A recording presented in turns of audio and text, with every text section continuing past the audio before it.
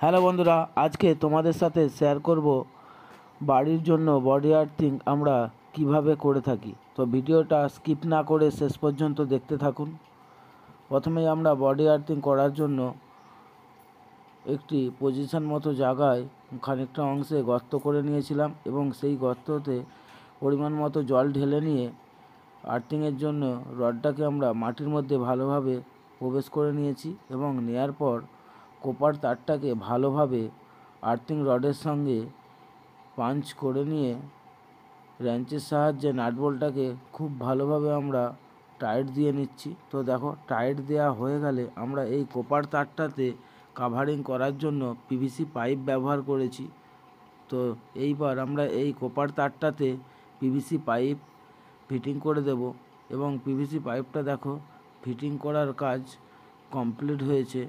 এরপর আর্থিংটাকে main সুইচে connection দেওয়ার জন্য আমরা ছিদ্র করে নিয়েছিলাম, সেই ছিদ্র দিয়েই কোপার তারটাকে মেন সুইচে প্রবেশ করিয়ে দিয়েছি এবং এই আর্থিংটাকে দেয়ালে সোজা করে মারার জন্য আমরা পিন ক্লাম ব্যবহার করেছি।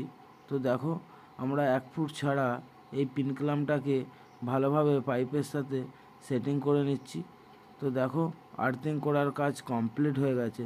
তো আমরা একটি বাড়ির জন্য বডি আর্থিং এইভাবেই করে থাকি। তোমরা কিভাবে বডি আর্থিং করো অবশ্যই কমেন্টে জানাতে ভুলবেন না এবং ভিডিওটা ভালো লাগলে লাইক, কমেন্ট, শেয়ার এবং